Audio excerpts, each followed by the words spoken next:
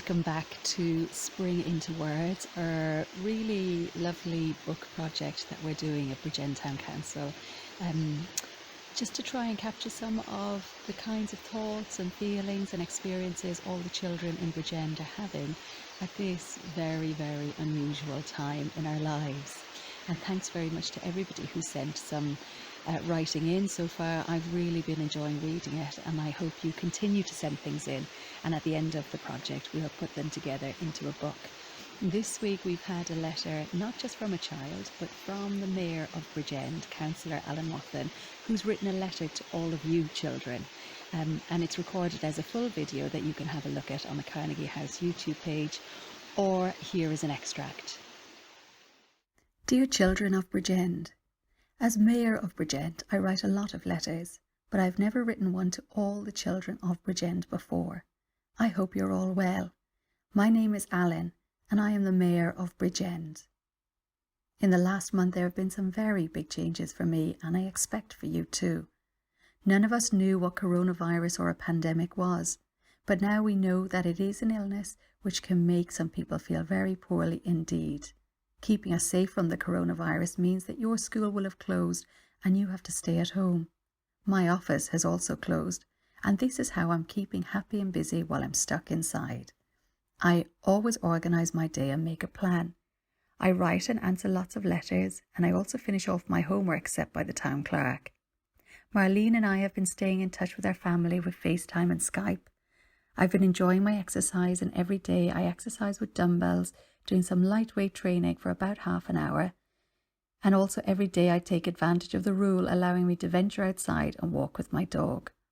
I do a lot of reading on my Kindle and get a lot of laughter from watching my box set of Only Fools and Horses. When we look back on this time, we will remember lots of things like staying at home and keeping each other safe and how we did it.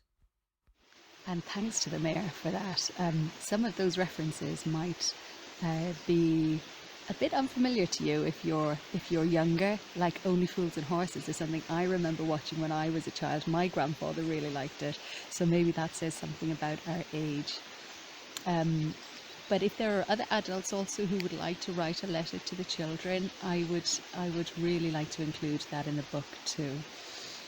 So this week we're concentrating on poems. So we've done letters, which are a really good way of describing your day-to-day experience. We've done stories, which are a really great way to describe the kinds of imagination and adventures we can have even when we're inside. And poems for me are a really great way of thinking about my feelings, my deep feelings, the feelings that maybe I don't even have words for yet. And so I've come outside today. I'm sitting down by the River Ogmore, very close to my house, and for me, I think sometimes writing poetry, coming out into nature, is a really brilliant way of getting ideas, and because poems allow us to use metaphors, which mean I can be something else. And by being something else and describing what that something else is, sometimes that helps me understand my feelings a bit more. So I'm wondering this morning, if I were to describe myself as the river, how might I describe myself? So you might choose something around your own homes or places that you visit on your walks, and just sit for a few minutes and open all your senses. So what do you hear? And how would you describe those sounds, and what can you see? The colours, the shapes, the textures. And maybe what can you touch? I've got some little plants around here. How would I describe how those things touch or feel like?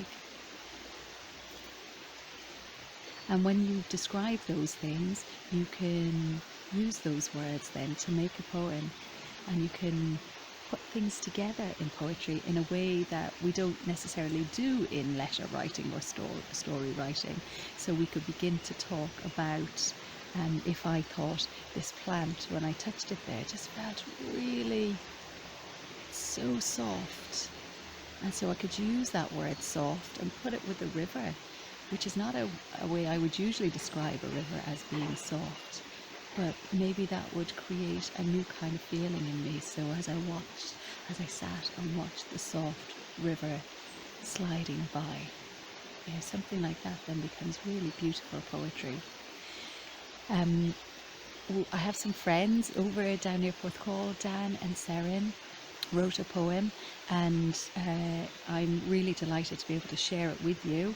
So Dan is Seren's dad, and I think he might have written the poem and then Seren's recorded it in her voice, and they've taken some beautiful, beautiful film footage in their garden, and that's amazing when you see exactly what it is.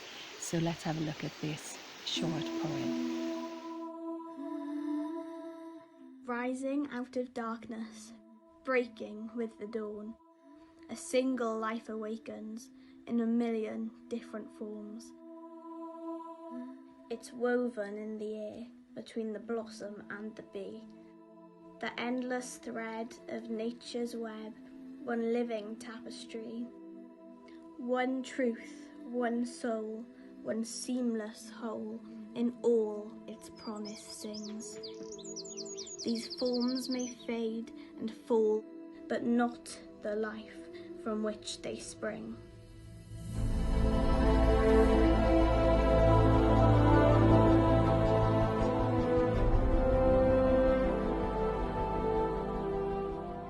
And thanks to Dan and Seren for agreeing to share that with us. And you can see the whole video if you have a look at the Spring into Nature video that goes up this week on Carnegie House. We do share their whole 2-minute video which they made in their garden. And that's the thing, right now nature is just coming alive. Coming into May is probably the most exciting month in the year, I think, for real sense of everything growing and opening. You'll notice more leaves on the trees, more birds singing, more flowers, more colour. Everything is coming alive. So it's a really fantastic time to get out into nature and get inspired by it. So if you'd like to write a poem or a letter or a story, you can keep sending all of them in to us. And as I've described before, you just write them out, ideally in your own handwriting, because it's always really nice to see your writing, and then photograph them. And again, ideally no more than 2 A4 pages. And then you can just add them in the comments thread, or you can send them as a direct message on the Facebook page, or you can email them to us. And we'll read some of them out, and then, as I say, at the end, gather them all together to make a book. So I hope you're all keeping well and staying inspired, and keep writing.